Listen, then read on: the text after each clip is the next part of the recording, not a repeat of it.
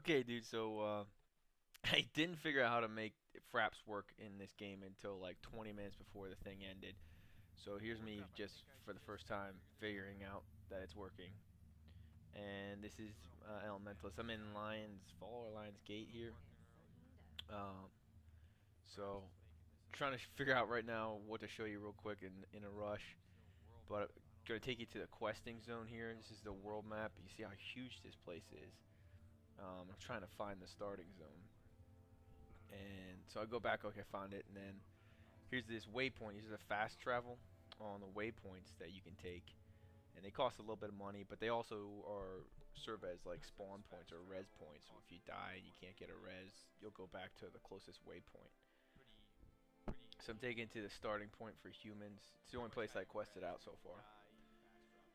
And so yeah, quested the same zones out, so I didn't try to ruin any more of the zones for myself.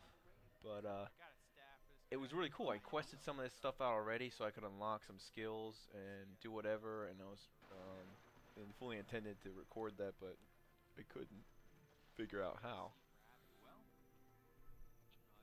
So right now you see there's like a dynamic event. That's that big orange circle going on. I never did that one before, but I think I skipped right past it. Anyway, here's all these heart ones, and that's kind of your guide around. As you follow hearts, if you don't know what else to do, just follow where the hearts are, and highlighting kind of where the dynamic quests are. And those hearts are filled in because I completed them back there.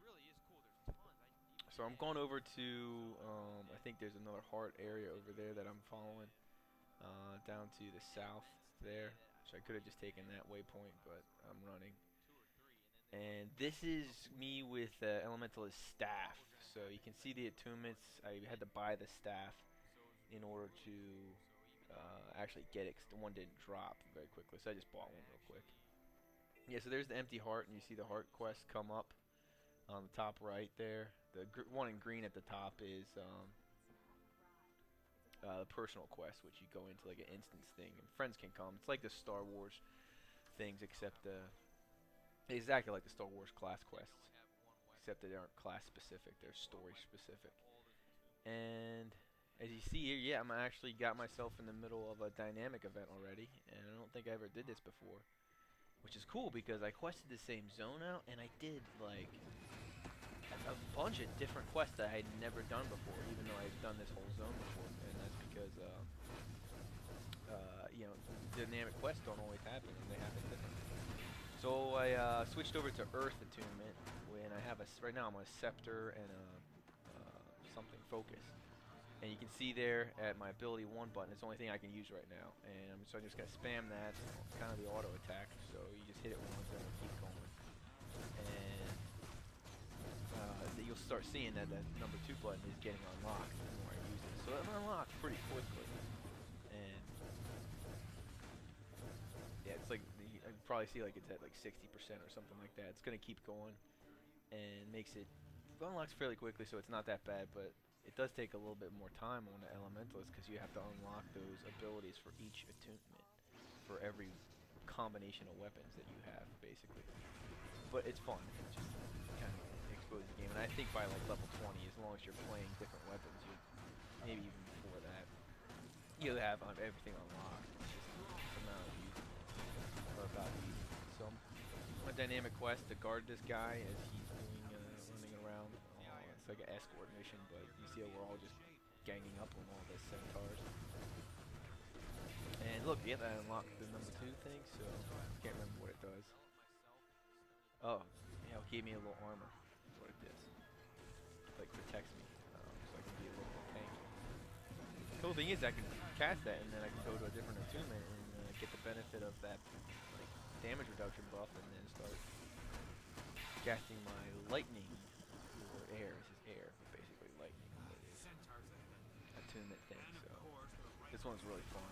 It felt like more single target DPS, but that's not all air attunement. Some weapons will use air is very much more AOE and less single target. So it just so happens it's a combination. So yeah, this was really fun, and taking these guys down with full loot.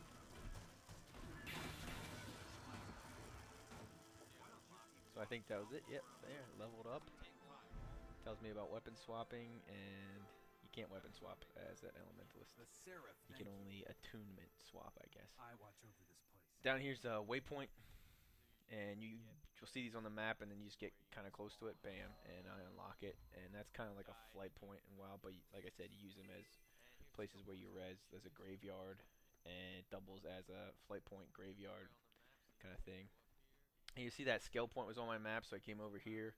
Some of them you have to do stuff for, others you just have to go to the spot and you commune with it, and then you get a skill point.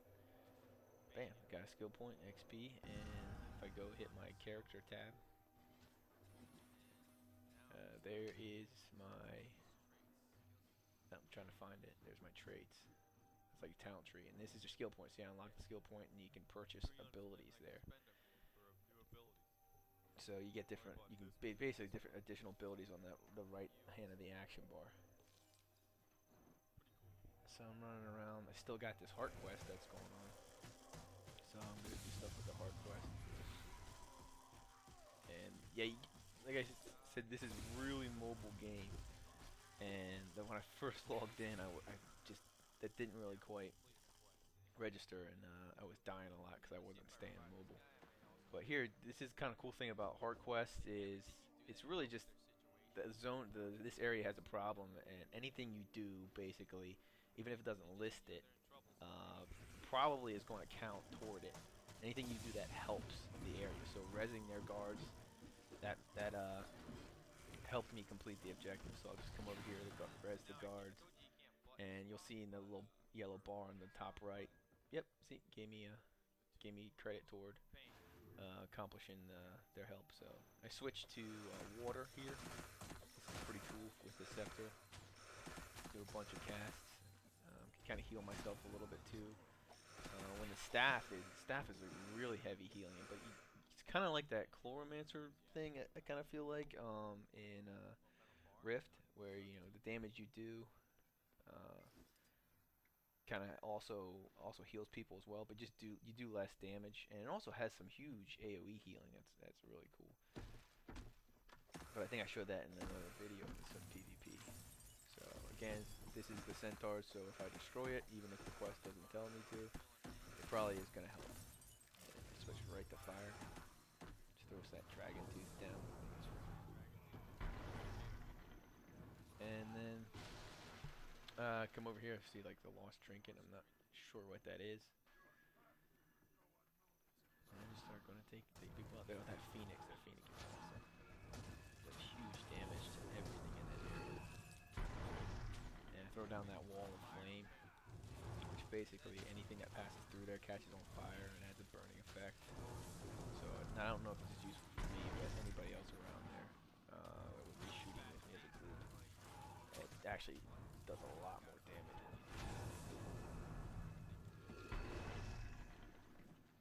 So it's really fluid. You can see, you can just like just feel like you just throw out so many abilities all at once as long as you're playing smoothly and you kind of keeping your eye on what's going on around you. And the only thing bad about this is when you do have AoE, that's kind of part why you're staying mobile, because people can get out of that.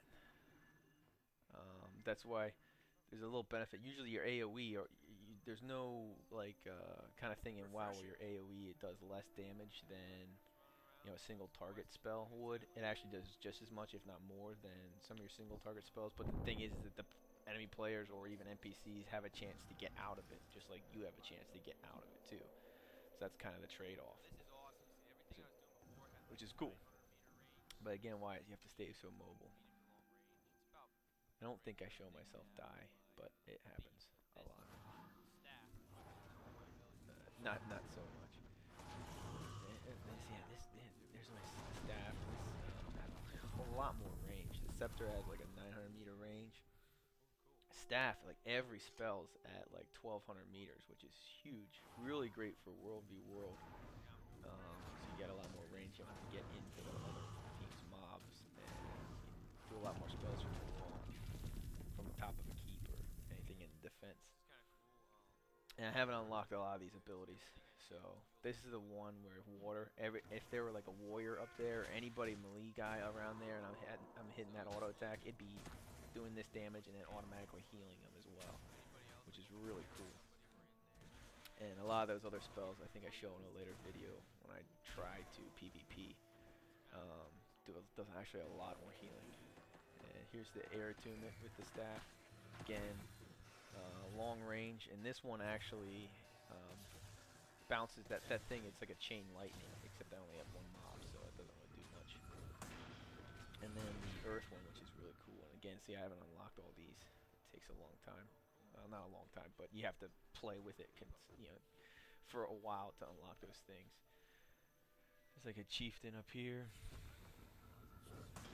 And that's a mesmer coming to help me, because I think I can tell because look how many all sudden curses or whatever those conditions get over that guy. That's ridiculous. And I'm throwing someone there. Switch to fire. Got this guy, gotta burn him. And alright, and I've completed the heart quest. And I don't check my mail, but if you look at the top left when I get back up here, you'll see your basically your quest reward, heart reward, whatever. They after you kind of do the event, because they didn't even really accept the quest, you just help the people around there. They send you a letter of thank you with usually gold in it. So I think you see you see that the mini map. That is so cool. That's like that add-on for a while. That kind of turned that into that. So you can zoom in and out, move all around. That mini map is awesome. And honestly, it makes it almost that you really never have to pull up the full map. So you see me dodging here. I mean, that's really the way to do it. It feels like you're kind of kiting everything, but that's a way to do it, to run around, just avoid damage. And it's fun. So yeah, there's a skill point up here, and this is an example of a skill point where you don't have to just commune it. This guy wants to challenge you, so I'm gonna try to play smartly here and throw my conditions down and stay away from his attacking. See, it's all about a situation where this meteor shower thing's his way, let him do his thing. That's those telegraphical skills. Back off. Pretty much every class has the ability to do that, or at least back away for a bit, and while he decides to do something to spin in place or a big damage thing. And my dodge.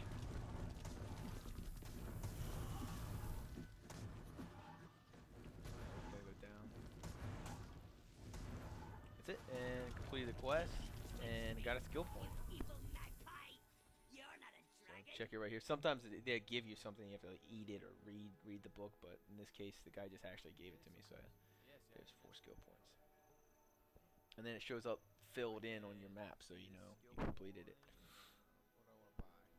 And yeah, these, like I said, these are new abilities. You have to purchase a certain amount of one tier before you unlock being able to purchase the second tier. It's good though, because you otherwise you're going to get enough to be able to fill them all in. It's just a matter of being able to pick which ones you want to have active on your toolbar. Not as in, so you can see the fact that you can only equip so many at one time. And this guy's bugged. Not the fact that you can only have so many or learn so many. So it's cool. Again, that's where that customization, personalization, playstyle thing comes in. And I'm not sure what I'm doing here. I think I'm looking around for a quest.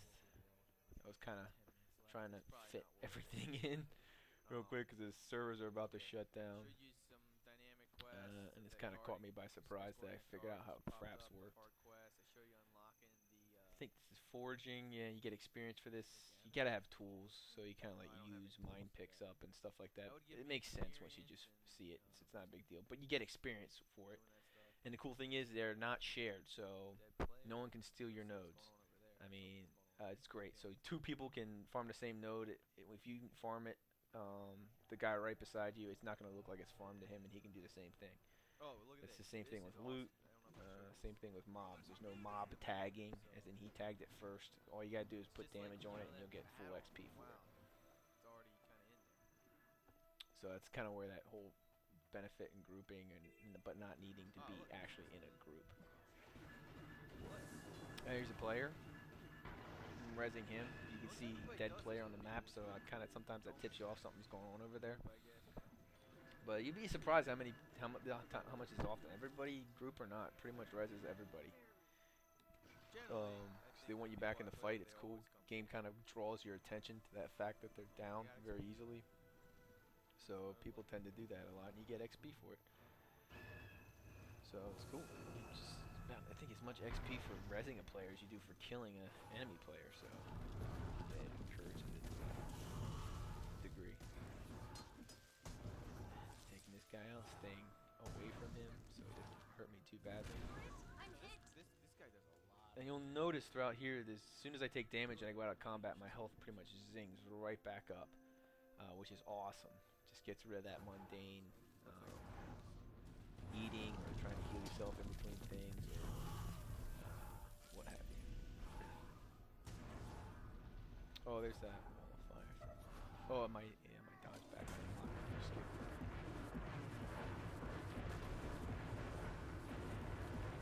But yeah, that kind of rolls backwards and lays a trail of fire. It's a cool thing. I was using that in World v. World. I just kind of angle where my rollback was going to be. Oh, great example of a telegraphical skill. That I did right there. But I'll avoid that one. And then right there, see, he's going to a big smash. I just dodged right out of there. I just got out of the way. Take any nasty damage. I got out of the way. So it's great. So. And the other thing's just running around. No objective here because I still scarred him twice. Oh, here's the World v. World map. You pull that up anytime. You can see what our team is. That's also on the right, the green, my server. It's the one with the house beside it. That's name. And those are the benefits that you unlock by ranking up more points and by taking over more keeps. So it actually impacts benefits that you get while you're doing the PvE areas. So it's fun. And it keeps it relevant. Switch back real quick. Alright, dude, I'll let you watch a little bit more of this, and that's about it for at least this video. I got a bunch more coming, so I did manage to record quite a bit.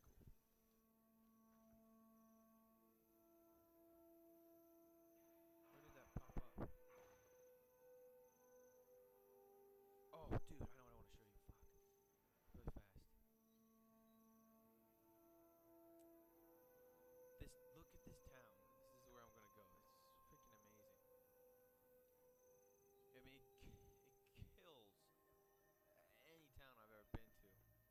And all of them are like this. You think of Stormwind as the main town, all right, in WoW, and you know what that looks like. Picture that, and you'd expect something, relatively similar in scale. I got 5